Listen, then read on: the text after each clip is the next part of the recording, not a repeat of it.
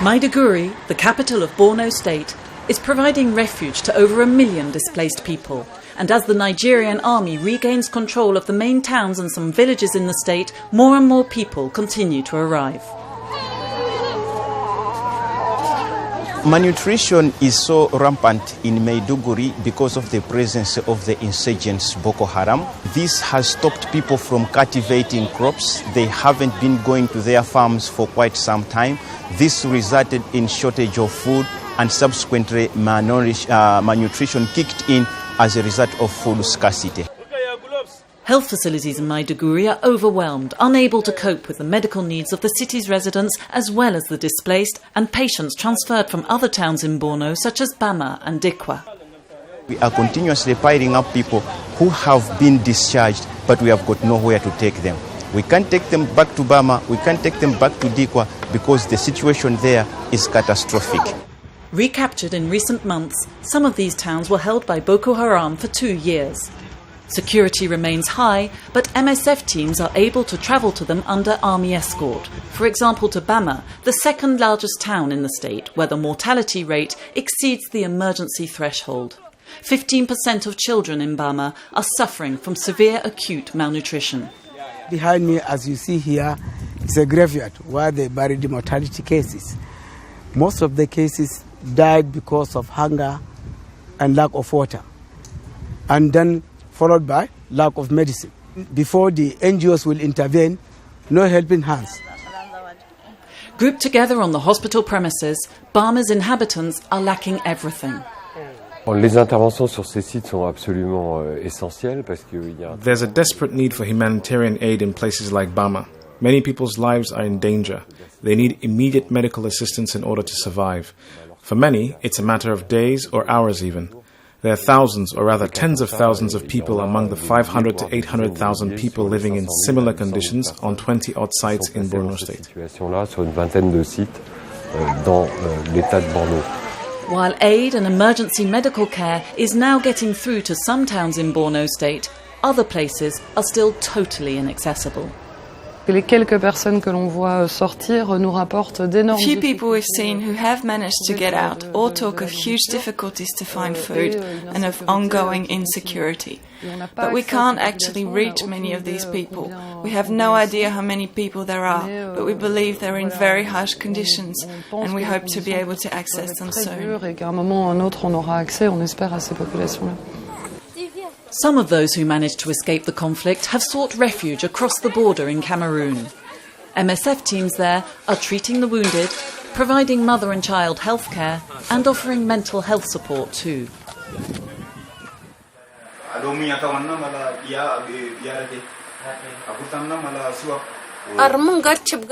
Boko Haram militants hit and killed people by cutting their throats.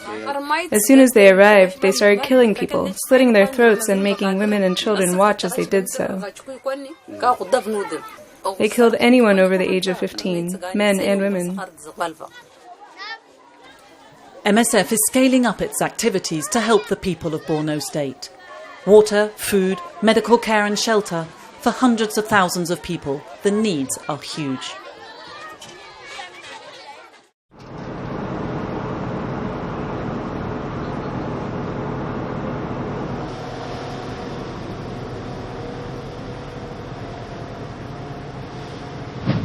It's the 12th of July off the Libyan coast. The Bourbonagos has just been contacted for a rescue operation. So please, just sit very calmly. I will throw life jackets to you. Everybody will get one. 541 people fleeing persecution and war in their countries, left with no choice other than to rely on people smugglers to get them to Europe. We are here because the European countries still haven't provided a safe and humane way for people to seek asylum, to come to Europe and fleeing their countries that are torn by violence, by conflicts, and we basically are trying to fill a hole, at least temporarily, until Europe wakes up. During the rescue operation, one side of the inflatable dinghy deflated and around 15 people ended up in the sea. They were wearing life jackets and all were rescued. This incident illustrates the dangers of the Mediterranean, that although now a graveyard on Europe's doorstep, is the only hope left for thousands of people.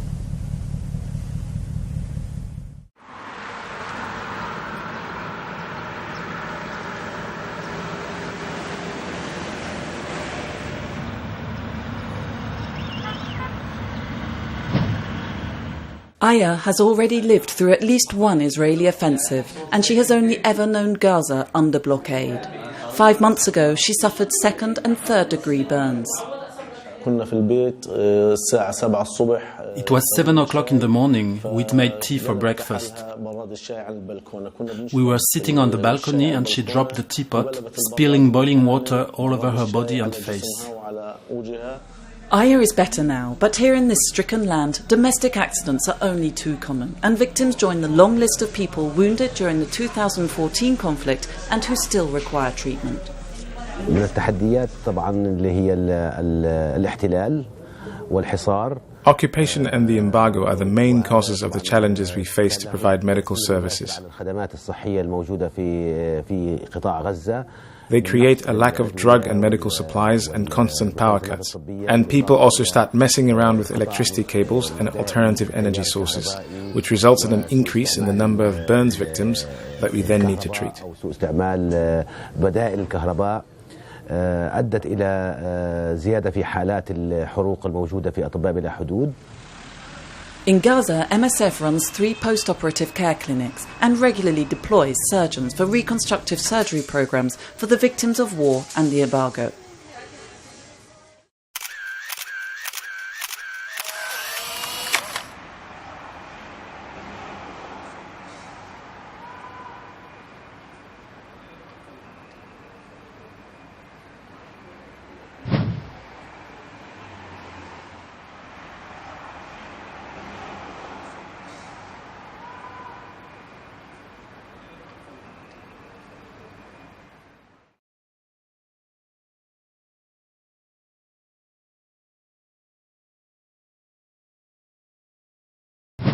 Hepatitis C is a chronic disease affecting, among others, injecting drug users and people living with HIV. Transmitted through the blood, slowly but surely it attacks the liver and causes fibrosis, a scarring of the organ that prevents it from functioning properly. Severely affected patients develop cirrhosis of the liver and frequently require a transplant. A few years ago, the only available treatment had to be taken for 1 whole year, cost €25,000 and caused numerous side effects, and even then, only half of patients recovered. Now, a far more positive alternative exists, a new class of drugs called direct-acting antivirals.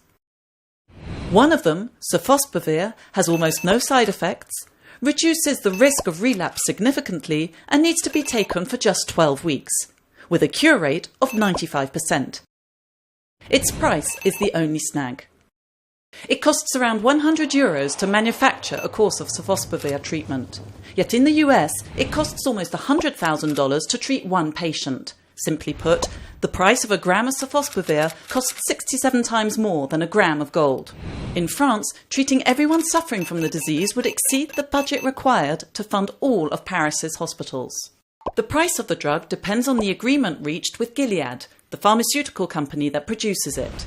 In 91 countries, sofosbuvir is supposed to be available in its generic form, but these countries only account for half of the people with the disease.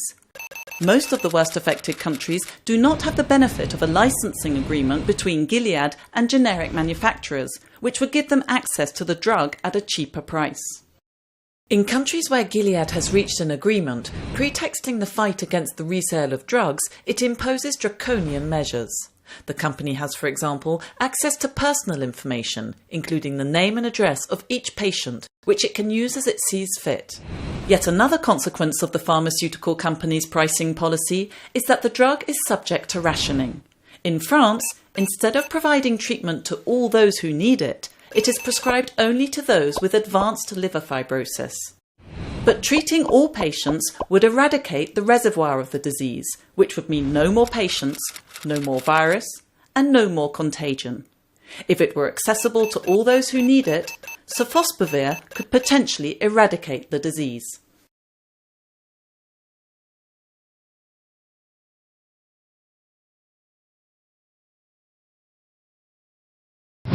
I travelled for 7 hours from Peshawar, one of the big cities in northwest Pakistan. So you have to go through 39 checkpoints, and in my mind, I was thinking about what it must be like to be a patient who's sick, or a woman who needs to give birth, and what it must be like to go through all those checkpoints. And this is during a time of relative peace. Sadly, peace is shattered very quickly in Pakistan. Sadly, extremism is a part of daily life. People are facing this every day. But when I was in Fatah, in the tribal areas, this was a relatively peaceful time. But yet, there was all these checkpoints, all this security, and it really does disrupt people's lives. I mean, when you hear the word checkpoint, perhaps it doesn't really mean anything unless you actually have to negotiate your way through one. And it's more than about restricting movement. It actually makes people feel like they're not safe, and it kind of sometimes also makes them not want to travel through a checkpoint. So they actually think over and over again before they take that journey, because they know that there's a lot of danger that they're likely to face.